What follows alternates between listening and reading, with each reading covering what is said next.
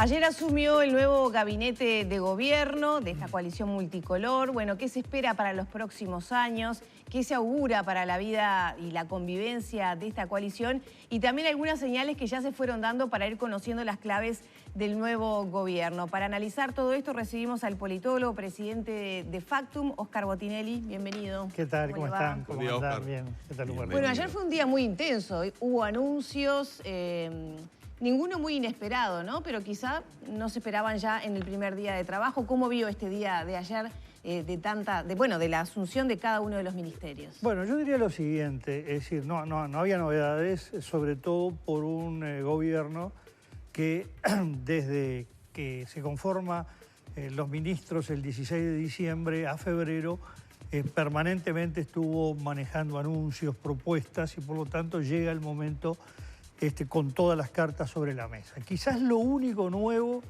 es la mención que se hace al atraso cambiario, que quiere decir algo muy fuerte, sí, ¿no? Quiere decir que la devaluación es una meta bastante inmediata, o por lo menos a corto plazo, que observa el gobierno, que no apareció con esa claridad en el verano. Corregirlo sin sobresaltos, dice la calle. Bueno, perfecto, pero además hay una cosa, cuando se habla de ese tema y alguien está resfriado, estornuda, ¿no? Es decir, se crea los elementos psicológicos para que se precipiten las cosas. Que es un reclamo muy fuerte, sobre todo de la Cámara de Industria, es decir, los industriales que ven en la cotización de la moneda un freno a la competitividad del país, entre otros elementos que ellos consideran. Ahora bien, yo creo que, yendo un poquito para atrás, lo que se sigue observando es un tema de lo más complicado que tiene que resolver este gobierno es cuál va a ser la arquitectura del gobierno. El 5 de febrero se firma el compromiso por el país diciendo va a haber una coalición. La forma de nombrarse los ministros no es de una coalición, es de un presidente que distribuye los cargos y busca a socios a los cuales les da participación. ¿Cuál es la diferencia? La diferencia, un gobierno presidencial con un partido a cargo del gobierno, apoyado por otros, es que hay uno que toma decisiones y otros que dan el sí o el no. Una coalición, en este caso 3 partidos relevantes, porque son cualquiera de los 3 que falte, no hay mayoría parlamentaria, que se reúnen entre sí. No formalmente, no es que tengan un órgano con actas, sino deliberan los representantes, los líderes, y dicen, ¿por dónde vamos? ¿Cómo hacemos? Claramente la ley, el borrador de la ley de urgente consideración, tienen puntos que notoriamente no fueron discutidos con los socios, del momento que los socios están diciendo no estamos de acuerdo, y algunos habían sido rechazados en el compromiso por el país. Entonces, cualquiera de las dos opciones son válidas. Es válido un gobierno presidencial de un partido gobernante con 2 asociados, es válida una coalición. Y para vos no está definido, no está claro eso todavía. Bueno, ¿Qué es en este momento el gobierno? Se definió lo primero, se aplicó en el verano lo segundo, y el 20 de diciembre, la reunión Sanguinetti, Manini Ríos, ¿qué está diciendo? No hay coalición y tiene que haberla. Cuando dice, necesitamos una mesa de coordinación, un lenguaje muy suave. Sí, lo dijo Sanguinetti claramente, pidió una coordinación. Claro, pero Sanguinetti lo hace en ese lenguaje diplomático que no es decir, acá no está funcionando, vamos a tener que hacerlo. Claro. Se requeriría un ámbito, una mesa de coordinación. Ha habido muchas críticas, digamos, augurando corta vida a la coalición. ¿Esto es una señal, por ejemplo? No, esto es señal de una disfuncionalidad que no es un tema de que yo elegí una forma de actuar y la estoy haciendo mal. Es que hay una forma de actuar que se pensó que iba a haber en noviembre, que el presidente la está haciendo de una manera distinta y sus socios están pensando en que tiene que ser otra.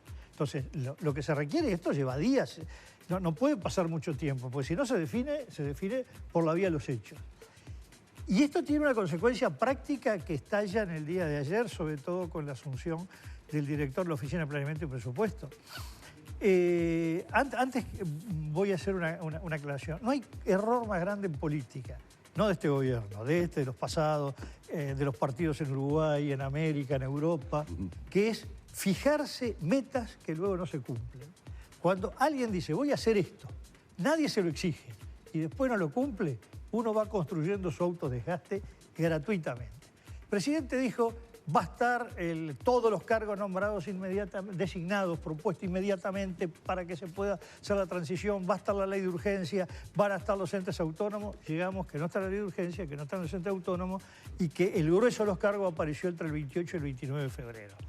Yo creo que esta ansiedad de anunciar cosas muy rápidas y luego no acompasarse con la realidad es un desgaste inútil, porque nadie se lo exige. Claro. Acá ha habido gobiernos que terminaron de nombrar los entes autónomos en noviembre y lo hicieron deliberadamente, no porque tuvieran dificultades. Dijeron, no, primero vamos aprobando el presupuesto, como esté todo recién vamos a distribuir los entes autónomos. Es decir, todo es válido. El tema no es decir, yo los nombro ya y esperar varios meses. Claro, pero además, al ponerte un plazo, una fecha, te emplazás a vos mismo, es decir, te pones un propio límite con una fecha. Si a uno le dice, mira, usted tiene que saltar una valla de nada más 1,5 metros. No, yo la pongo en 4 metros. Salta 3 y fracasó porque se puso una valla donde no tenía la menor posibilidad de saltar. Ese es el tema. Ahora, voy a lo que mencioné recién de la OPP de planeamiento de presupuesto. El gobierno está reclamando, se enojó cuando el gobierno saliente dijo no vamos a aumentar las tarifas, cosa que no fue ninguna sorpresa, lo había anunciado en el mes de junio, pero se ve que estaban distraídos, querían que el gobierno anunciara las tarifas y se siente en la obligación de aumentar las tarifas, lo cual le crea una incomodidad muy grande porque tuvieron 5 años hablando contra las tarifas públicas. Y el tema es que se encuentra que la mayoría de los directorios de UTE, de Antel, de ANCAP, de OCE, que son los que tienen que manejar aumento de tarifa, son del Frente Amplio. Y por lo tanto requiere que el Frente Amplio le diga que sí al aumento de tarifa. Frente Amplio recién está considerando el tema, tiene muy poca voluntad de hacerlo, pero dice, no vamos a asumir la responsabilidad. Si nosotros no quisimos aumentar y el gobierno nuevo quiere, que lo haga él. Y esto demuestra el primer efecto de retardo en el recambio de los entes autónomos. Porque si dijera, bueno, ayer el lunes o hoy martes se envían las venias al Senado, se tramitan en el día de mañana, entre jueves y viernes están asumiendo los nuevos directores, la semana que viene se tomaron, o el fin de semana, todas las decisiones que la mayoría de gobierno considere correctas y considere de acuerdo a su plan.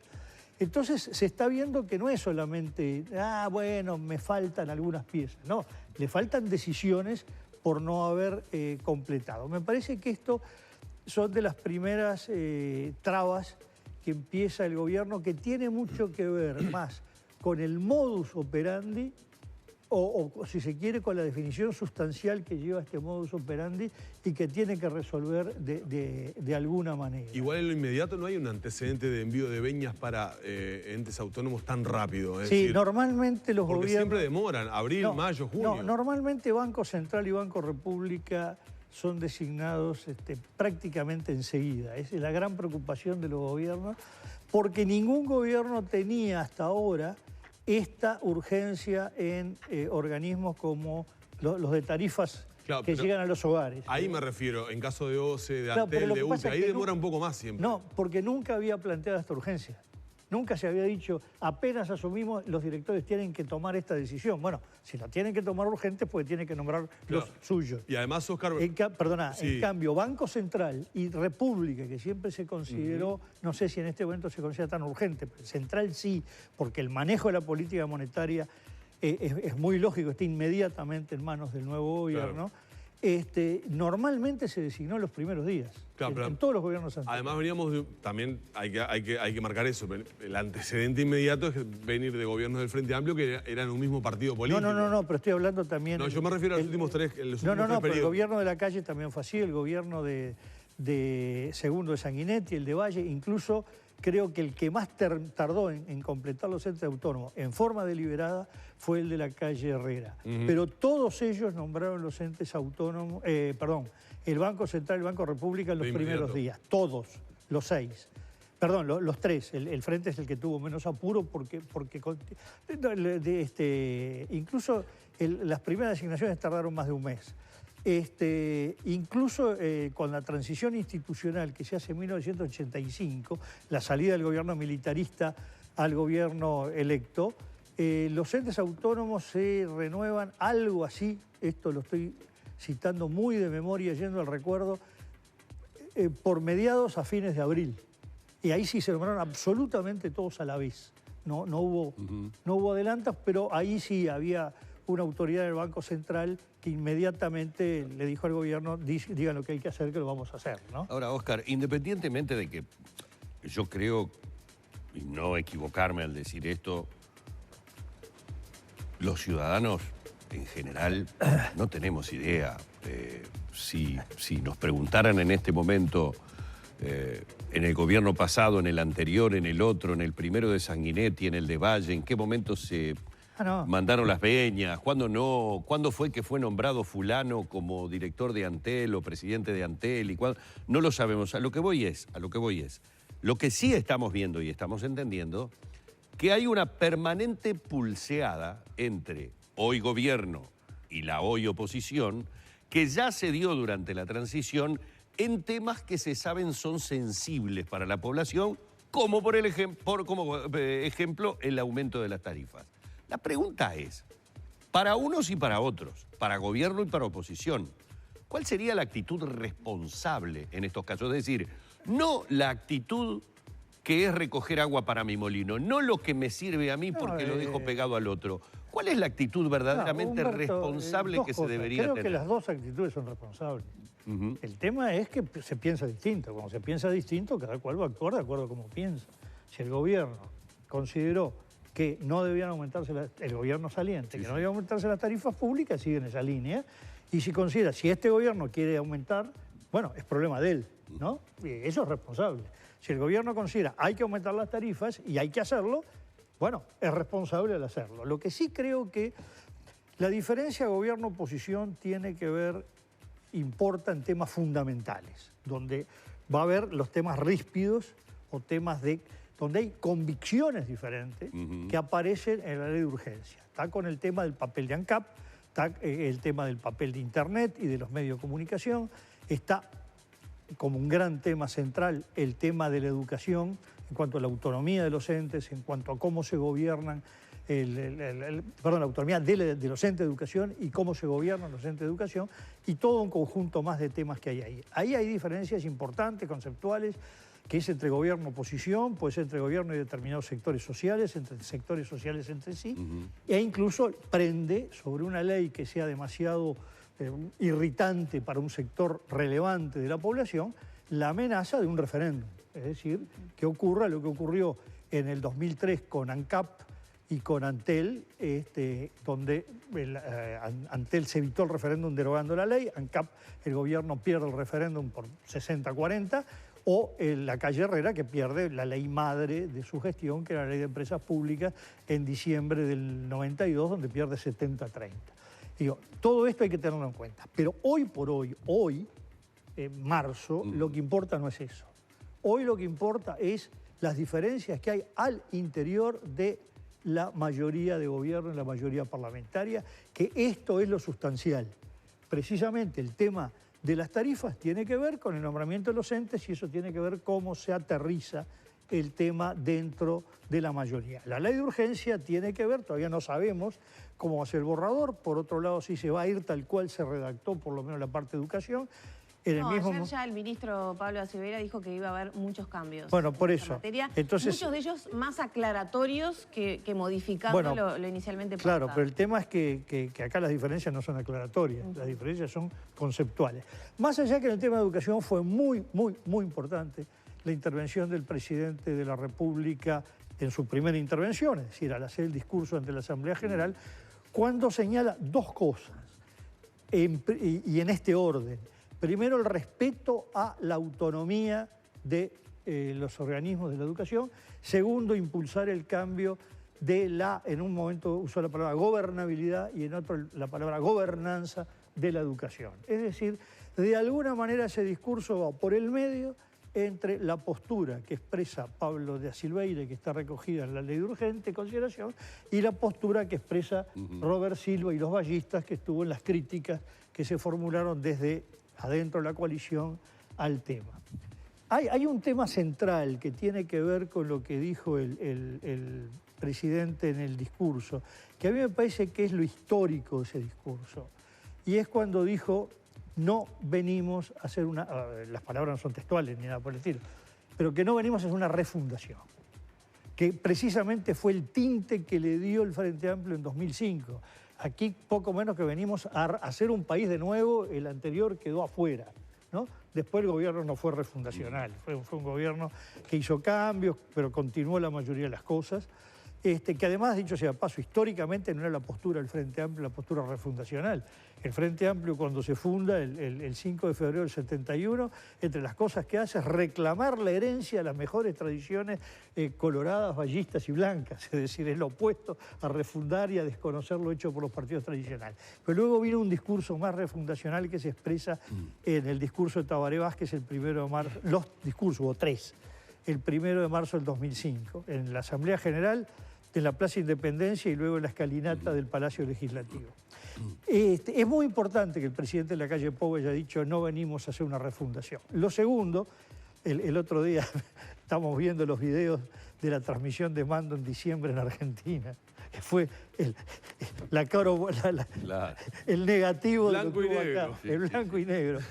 Por ejemplo, acá, me marcaban ayer en una cadena de Argentina de Televisión, la calle Pou llevando el brazo a Vázquez y allá Cristina Kirchner y Macri dándose la espalda y no saludando. ¿No?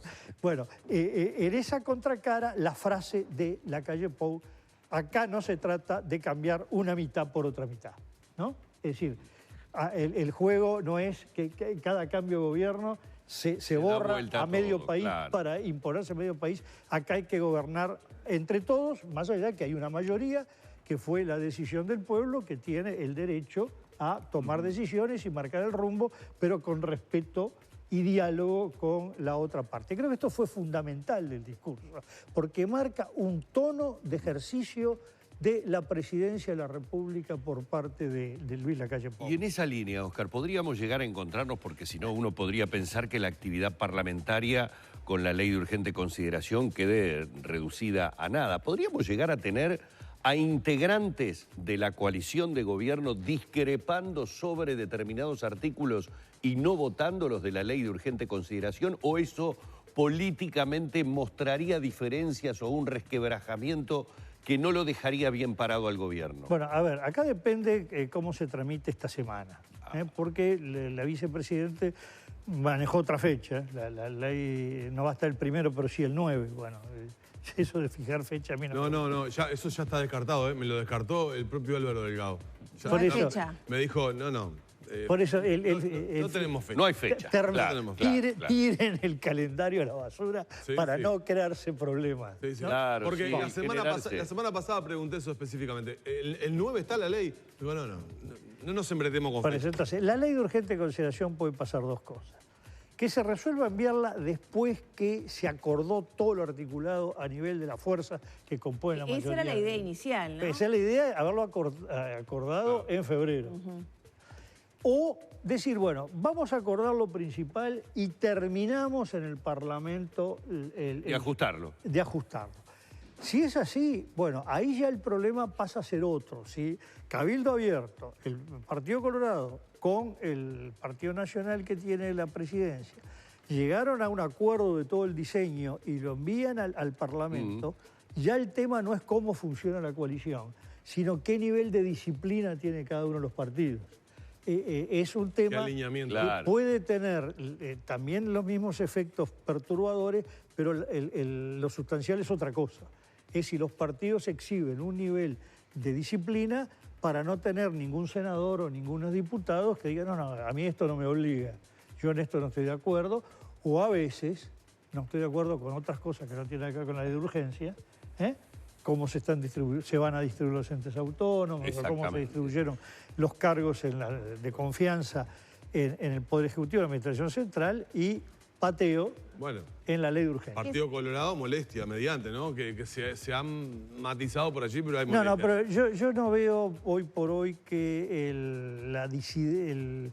creo que el Partido Colorado sí acuerda los 3 fracciones, porque recordemos que está Ciudadanos, Vallistas y Tercera Vía de su vía, pero que ha participado, si las 3 acuerdan, no veo grandes disidencias, aunque podría haber alguna por ahí, pero que molestias que tienen que ver con la conformación de alguna elección departamental, que hay algún herido de por medio. Salto, por ejemplo. Bueno, eso lo dices tú, ¿no? Yo lo digo, yo lo digo. Salto claramente. Es tu responsabilidad. Yo lo ubicaba en el litoral norte, pero no sé dónde. No Efectivamente, claro. a mí me resulta que la mayoría de gobierno ha actuado con algunas cosas que me resultan extrañas con las elecciones departamentales. La obsesión que tuvieron por buscar una salida, a mi juicio, mal hecha para Montevideo, porque le dieron importancia a una elección con muy bajas probabilidades de que perdiera el Frente. Creo que lo que hicieron fue crear un hecho político. El Frente pueda festejar el 10 de mayo lo que no iba a festejar porque no iba a ser noticia. Claro, hasta ahora no era noticia que el Frente perdía Montevideo. Sí. Ahora pasa a serla. Que el Frente gane Montevideo antes en el mes de enero era la última línea que uno escribía y que si sobra espacio tírenla porque esto no interesa. Sí, término Burrero paga 1.10. Sí, hoy es titular. Claro. En enero no era ni premio consuelo. Porque se sabía a partir del momento que se conoció que se perdió la elección general, bueno, queda la departamental de Montevideo que sabemos. Estoy totalmente de acuerdo, Oscar, en que se le generó por parte... ¿A alguien se le ocurre, Humberto, darle una importancia? Noticia, qué partido gana en San José, Flores, Durazno, Tacuarembó, La Valleja, 33, Cerro Largo?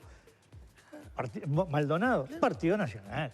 ¿Quién gana en Rivera? Partido Colorado. ¿Quién gana en Canelones? Frente Amplio. ¿Quién gana en Montevideo? Frente Amplio. No ahora discutiendo. Se le creó la noticia. Claro. Ganó el Frente. El Frente va a salir a festejar su segunda remontada, ¿no? Votando de la misma manera que hubiera votado 2 meses atrás.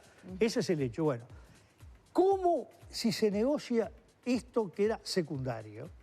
No se dice, vamos a, lo voy a decir de una forma antigua y popular, entre bomberos no vamos a pisarnos la manguera, no competir entre nosotros en intendencias que la prioridad la tiene un partido. Claro. ¿No? Bueno, vamos a salir a que... Seguimos la prioridad. Si se quiere sacar al Frente Amplio de Salto, bueno, ¿quién tiene la derecha? El Partido Colorado. Claro. Entonces, no, salir con todo el Partido Nacional a competir para ver si le gana a el Partido Colorado, con lo cual el Frente Amplio está feliz. Esas pujas en el interior son distintas. Pero se puede...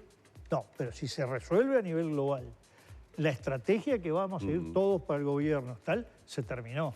Otra cosa si se deja, como terminó dejándose, que donde los líderes nacionales intervienen en Montevideo y dejan libre todo el resto del país, que es donde hay verdaderas peleas, ¿no? Bueno, pero fuera de esto, el Partido Nacional, me consta que hay algunos diputados, que otro senador que puede estar heridos, o por lo menos un poco nerviosos de cómo van a ser tratados cuando se completen los cuadros de gobierno. Bueno, ahí podrá haber algunos temas de disciplina. También no es bravo para cualquiera, ante sus propios votantes, ante su propia gente, salir con disidencias apenas se instala un gobierno. Claro. Ese es un límite que les va a costar transgredir. Yo no creo que el tema disciplina hoy, con la ley de urgencia,